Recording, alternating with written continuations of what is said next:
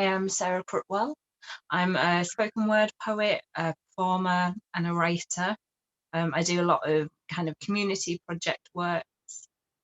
I'm currently working on getting funding for a podcast, which is a little bit out of the spoken word remit, but still very much in keeping with the things that I talk about. Yes, absolutely. So I'm guessing this is fuckable. Yes, it is indeed. Yeah, absolutely brilliant piece. You were kind enough to let me air it at the Red Room in November, and it got really, really positive feedback from all involved, and particularly with members of our audience that have disabilities that, you know, felt represented and felt that they maybe could talk about things that they thought that they weren't allowed to, or might their voices might not be too welcome. So why don't you tell us a little bit about that to begin with, and how it came about, and you know, what your future plans are when you get the money. Yeah, absolutely.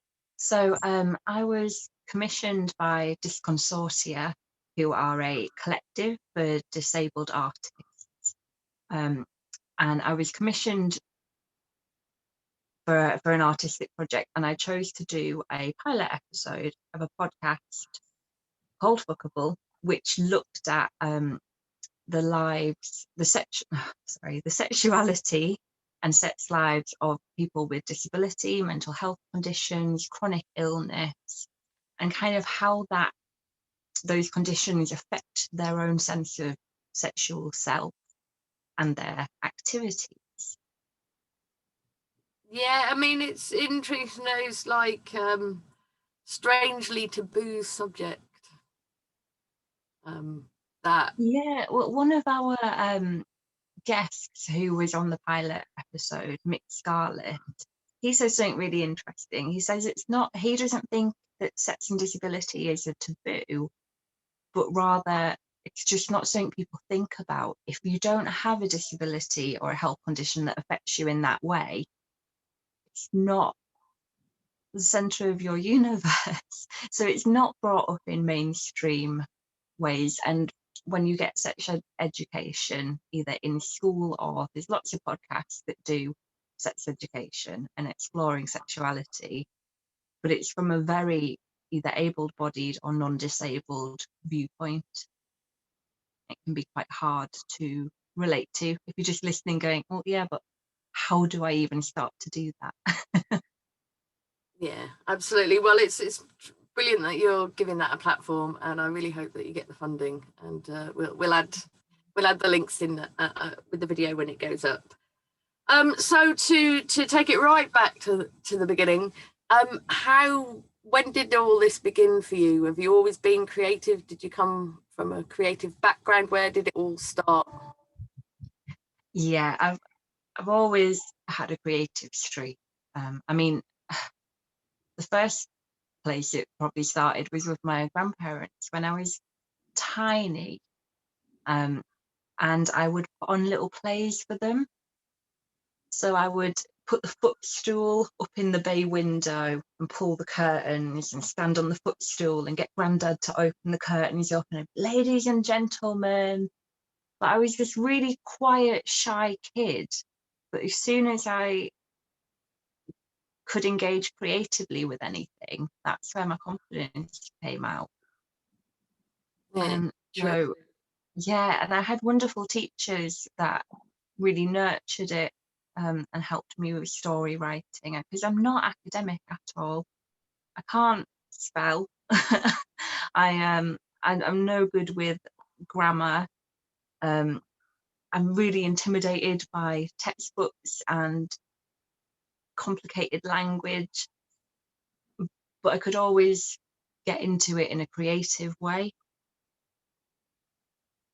And teachers that recognised that and would, you know, set me story assignments and that kind of thing, rather than the really academic stuff. So why do you think it gave you that confidence? Did you feel like you were kind of stepping into almost like role play, or was it just because It was something that you found that you were good at doing, and you could tell, like, from the reaction of the grown-ups and the people around you. What was it that was so important to you about it? I think it was the self-expression and not having to wait your turn to talk. There's something about when you're on stage, the attention is on you, so you can say what you want and people don't interrupt. And being in quite a male-dominated patriarchal family unit, it was nice to have that time where nobody tried to interrupt you. But also being able to either express yourself or put yourself in other people's shoes. I was very into drama and acting, and I loved that, trying to understand somebody else in a character and how you would wear that and how it would feel. And I think it really strengthens people's empathy if you're doing that. Yeah, absolutely. Yeah, I think we could do with a lot more of that. So can you tell us a little bit about some of the creative writing, like teaching work and projects, community projects that you've worked on over the years? Yeah, I do a lot of work with the TWP, the Tees Women Poets, who are a poetry collective of women who live or work in Teesside. So we do 2 workshops a month, one of which is writing, one of which is performance. And I quite often run the writing workshops, that side of things. I always go to the performance ones though as well, because it's just such a lovely collective of women trying to help each other out and having that space in that having a space to confidently express yourself. I think a lot of the people that come to the groups, like when I was saying I didn't really have a voice within my family, maybe feel that along the way somewhere they've lost a bit of their voice, and having just a group full of people wanting to listen to what they've got to say and wanting to interact can be a real wonderful experience, I hope. Well, certainly was, incredibly positive for me. And I know, I mean, so many of the TWP poets we've interviewed as part of this project, and I think it's exactly that. It's like if you're worried that no one wants to listen, or that you're, you're trying to kind of barge in and make space for yourself, or that people aren't going to be interested. If you're focusing too much on that, then it's really, really hard to relax and get your work across. And I think one of the things that I like most about TWP is the way that you teach that kind of stagecraft and how to get your work across, as well as how to write it. Yeah, just a quick one. Any whinging noises, the dog's just walked in and is having a wonder why I'm chatting to myself. Yeah, don't worry. I've had my kids occasionally walk in when I'm mid-interview, but it's, it's a lockdown project, so with, the times that we're in. So I'd like to know a little bit more about your own writing as well, and why you write, what kind of topics you cover, and why that's important to you. Yeah, absolutely.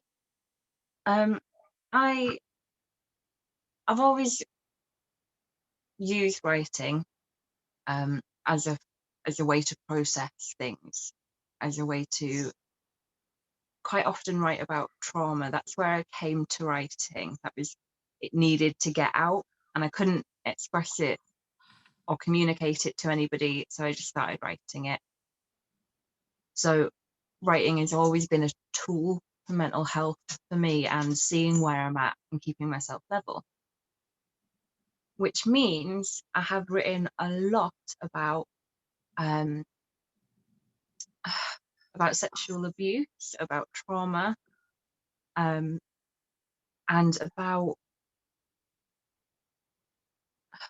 issues that affect women, and I know that it's not the only gender that they affect, obviously, but it's predominantly so. I also write a lot about feminism, because I am a huge feminist, and I think that has come out of the experiences that I've had as well. There's also something really not only cathartic about sharing your own work when it's about things that really matter, that are really at the core of you, but there's something wonderful hearing other people share that and being able to see, oh, they've come out the other side of it. And they are at a place where they can kind of celebrate it as a strength rather than a fault. It's also a real feeling of shedding of shame, the shame that is quite often put on to victims or survivors, to just stand up and be able to say it is it's privilege, and it's something that I feel very strongly about.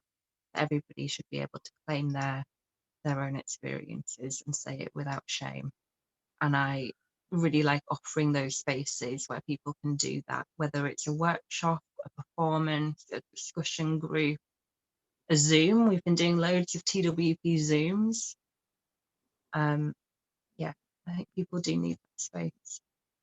Yeah, well, it was you know, it was momentous for me to perform those poems for you at Diverse at the Hope and Union. You know, I could not believe that I was actually, you know, up there admitting all that. You know, it was like I would, you know, I would have died inside when I was still really traumatized to think that I would tell everyone and let everyone know and let everyone into all of that had happened. And I'm not sure there was, you know, there'd really be any other spaces where I could have performed that. So, yeah. No, it's funny. It is a very vulnerable thing to do. And I've done very vulnerable sets at events that weren't geared towards that at all. And I didn't think I'd be able to do it. I very nearly changed my set last minute, but did it. And I had so many people that you just wouldn't expect. The people that you, in your head, you're going, they're going to boo me off stage, are the people coming up after and going, oh, thank you for sharing that. And either they'd experienced it or somebody else had experienced it. And again, it's just something that isn't talked about, spoken about enough. And it allows it to internalize, fossilize, just become such a heavy thing. And unfortunately, that's when people do die by suicide or die by depression and things like that. And it's a preemptive step to stop people getting to that point, to be able to name your demon, I guess. Yeah, absolutely. It's just just crucial work, because yeah, it's always there, and if you can, yeah, say kind of tame it or at least enter into a dialogue with it and reclaim yourself, it's, you know, I think one of the most important things that art can do. So yes, thank you for all your work. It's really, really is important. So I guess I'm going to have to ask you the kind of lockdown question. Have you been able to work? Have you been able to create? You say you've been doing some like online Zoom sessions. I know it's not quite the same, but how's lockdown generally been? It's been all right. There's been a lot of adapting, like for everybody, creative or not, you've had to adapt. So yeah, the Zoom sessions, they're going well. It's obviously, it's not the same as being in the room with people, but they have quite often, they've been the only thing in a month for me that is definitely not going to get cancelled. It's going to be there. It's going to happen, and I'm going to see lovely faces smiling at me, and that's been so important during some of this. So yeah, the creative communities that are there and have just been going, doesn't even matter if I've got a workshop, I just need to be a face on a screen for somebody that might need a face on a screen. Like, huge well done. It's been hard, but it really helps. In terms of writing, I have barely written anything. And for somebody who uses writing as such a tool to process what they're going through, I was a bit like, oh my God, what am I gonna do? Am I just gonna fall apart because I can't write about it? It's too fresh. So what I've been doing is doing really short little bullets of paragraphs of getting this out of my head. And I'm not going, oh, this needs to be a masterpiece. I need to polish this up into, no, it's just to get it out of there on a page. And I'm not worrying about creative writing, really. If I get totally stuck in the moment and I need to write something down, I will. But I'm not going to get stressed out when it doesn't happen. And it very often doesn't happen. Also, because I still needed creative outlet, but writing seemed too fresh, I've turned to other things. So oddly, I've been doing a lot of clay work, air dry clay, just this thing to keep my hands busy and my energy focused. But it isn't like I need to write something that reflects the entire world and is wonderfully politically active, blah, blah, blah, blah, blah. I'm just like, right, I'm just going to make a little clay gnome, and I'm going to enjoy doing it. Brilliant. Yeah, I mean, it's exactly the same here, just complete creative abyss, but I get to do these interviews, so that's really what's kept me together. I have written 2 very short poems, but that's it. Oh, Sarah, it's been an absolute pleasure to talk to you as ever. Thank you for all that you do. It's really, really well appreciated, and I just can't wait until we're out and we can have a great big party at the auxiliary with all of our 200 interviewees. Hopefully, absolutely. I'm going to hug everyone. Yeah, that's the idea, to get everyone to be part of an event that they contribute to in some way, whether they're performing or doing sound or, you know, whatever their thing is. We all get together and yeah, have an all day and all night party. Cracking. Can't wait. All right, Sarah, take care. Brilliant to see you. All right, thank you.